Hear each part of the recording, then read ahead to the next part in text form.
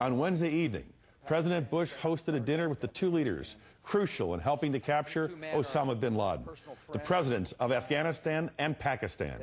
The two men have been increasingly critical of each other.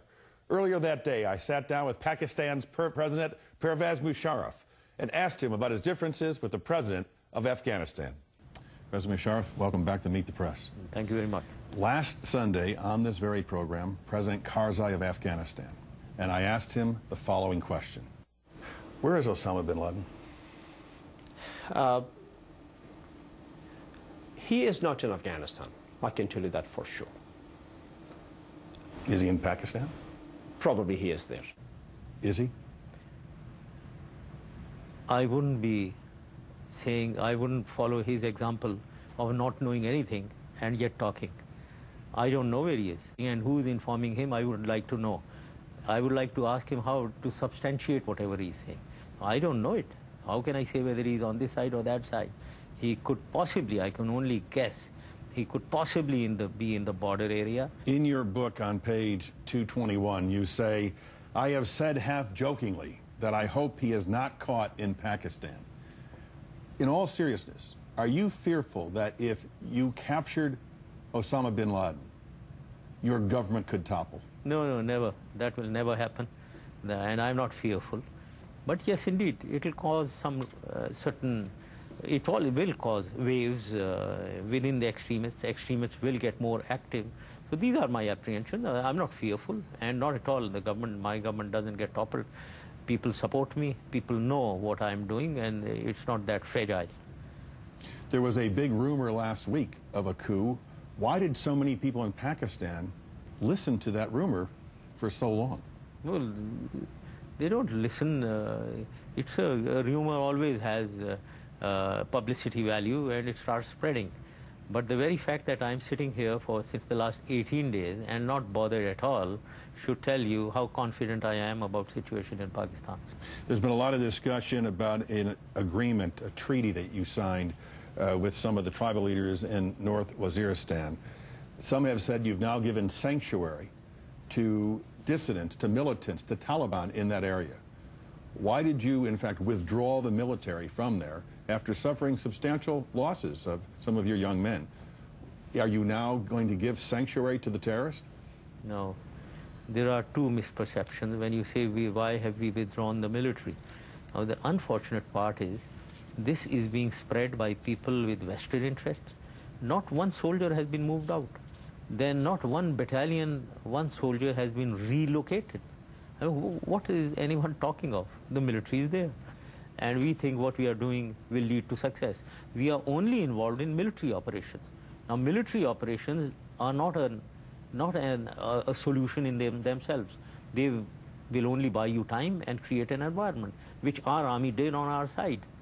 And having that environment, now these tribals themselves approached the governor that we want to reach a peace agreement.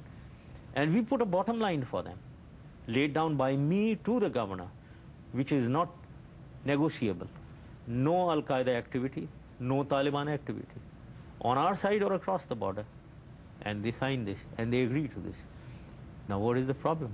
This is a strategy which has a ray of hope, a ray of success. And we should emulate this on the Afghan side instead of criticizing it and not coming up with a counter strategy. The concern is, in many circles, that the Pakistani intelligence agency, the ISI, and the Taliban are in cahoots.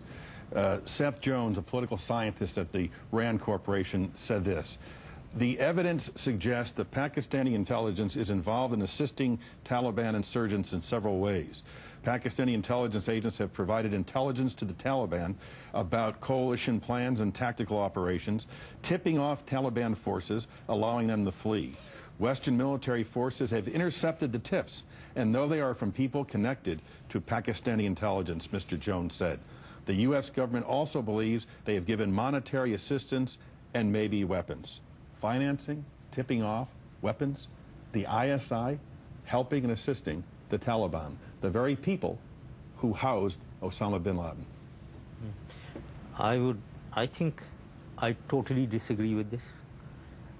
They don't know the realities on ground. They are not conscious of the reality that I'm saying. The extreme danger of this becoming a people's movement. So nobody in the ISI is helping the Taliban? Now, nobody in the ISI helps.